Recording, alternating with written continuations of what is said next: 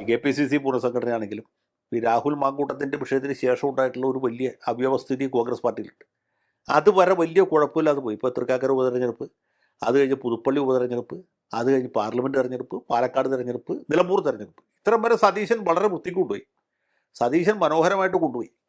മറ്റ് നേതാക്കന്മാരുടെ ഭാഗത്ത് നിന്ന് പിന്തുണ കിട്ടി.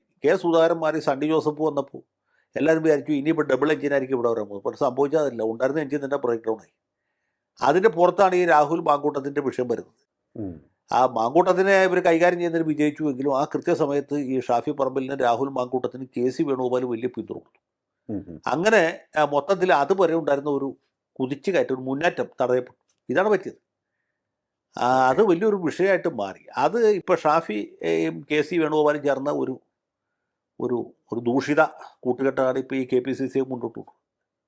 അപ്പോൾ അതൊരു സ്റ്റംബിളിംഗ് ബ്ലോക്കായിട്ട് അവിടെ നിൽക്കുകയാണ്. അതിന് പുറത്താണ് ഈ മാതിരി ആശയക്കുഴപ്പം. ഇപ്പോൾ ബീഹാറിൻ്റെ തിരിച്ചടി എന്ന് വെച്ചാൽ കോൺഗ്രസിന് വലിയൊരു മൊറയിൽ നഷ്ടപ്പെടുത്തിയ സംഭവമാണ്. രാഹുൽ ഗാന്ധി ഇത്രയും പാടകപ്പെട്ടിട്ടും വോട്ടർ അധികാര യാത്ര നടത്തിയിട്ടും അത് കഴിഞ്ഞ് ഹൈഡ്രജൻ ബോംബ് പൊട്ടിച്ചിട്ടും ഉണ്ടായിരുന്ന സീറ്റ് പോകുകയല്ലാതെ ഒരു സീറ്റ് കൂടുതൽ കിട്ടിയില്ല എന്ന് പറഞ്ഞാൽ അത് മൊത്തത്തിലൊരു നൈരാശ്യം ഉണ്ടാക്കുമല്ലോ. അത് ഓൾ ഓവർ ഇന്ത്യ ഉണ്ടാക്കും.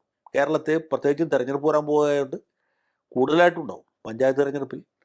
പിന്നെ വേറൊരു ഘടകമുണ്ട്. ഞാൻ നേരത്തെ പറഞ്ഞ പോലെ ഈ തീവ്ര ഹിന്ദു വികാരം അഥവാ തീവ്ര ദേശീയ വികാരം ഉണ്ടല്ലോ, അത് കോൺഗ്രസിനും അത് ഇവിടെ കേരളത്തിലും ബാധിച്ചിട്ടുണ്ട്. കേരളത്തിൽ അത് വേറൊരു തരത്തിൽ കൂടി ബാധിക്കും. കാരണം കോൺഗ്രസ് ജമാഅത്തെ ഇസ്ലാമിയുമായിട്ട് കൂട്ടുചേർന്നിട്ടാണ് ഇവിടെ വിപ്ലവം ഉണ്ടാക്കാൻ പോകുന്നത്. നമ്മുടെ ഗോവിന്ദൻ മാഷാണെങ്കിലും പിണറായി വിജയനാണെങ്കിലും വെള്ളാപ്പള്ളി നടേശനാണെങ്കിലും ആഞ്ഞടിച്ച് പറയുന്നത് എന്താണ്? ജമാഅത്തെ ഇസ്ലാമി വരാൻ പോകുന്നു, കേരളത്തിൽ ഭൂരിപക്ഷ സമുദായക്കാർക്ക് രക്ഷയില്ല രക്ഷയില്ല രക്ഷയില്ല എന്നുള്ളതാണ്. ഓക്കെ.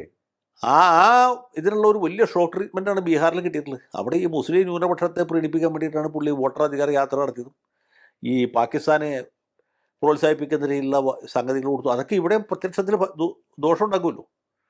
അത് ദോഷമായിട്ട് നിൽക്കുന്ന സമയത്ത് നെഗറ്റീവായിട്ട് നിൽക്കണം. BJPയിൽ നിന്നല്ല കോൺഗ്രസ് വെല്ലുവിളി നേരിടുന്നത്. BJP ഒരു മൈനർ പ്ലെയറാണ് കേരളത്തിൽ. BJPക്ക് വലിയ സിഗ്നിഫിക്കൻസ്, വലിയ റെലവൻസ് ഒന്നുമില്ല. BJPക്ക് വോട്ട് കിട്ടില്ല എന്നല്ല പറഞ്ഞാൽ അവർ നല്ല കുറച്ച് മെച്ചപ്പെടുത്തും. പക്ഷെ അതിലുപരി ഈ BJP ചിന്താഗതി എന്ന് പറഞ്ഞൊരു സാധനമുണ്ട്. BJPയുടെ വോട്ടല്ല, BJP പാർട്ടിയല്ല, ഹിന്ദുത്വ ചിന്താഗതി. ആ ചിന്താഗതി ഇവിടെ ഹിന്ദുക്കളുടെ ഇടയിലും ക്രിസ്ത്യാനികളുടെ ഇടയിലും വ്യാപകമായിക്കൊണ്ടിരിക്കും. അപ്പോൾ അതിൻ്റെ ഇമ്മീഡിയറ്റ് ബെനിഫിഷ്യറി എന്ന് പറഞ്ഞാൽ LDF ആയിരിക്കും, BJP അല്ല. BJPക്ക് അതിൽ ചെറിയൊരു ഭാഗമേ കിട്ടുകയുള്ളൂ. ഇതിൻ്റെ മേജർ ചങ്ക് കിട്ടാൻ പോകുന്നത് ഈ ചിന്താഗതി LDFിൻ്റെ ആയിരിക്കും ഗുണം ചെയ്യുക. LDFിൻ്റെ ഒരു കോർ വോട്ട് ബേസ് പോവുകയില്ല, അത് അവിടെ തന്നെ നിൽക്കും.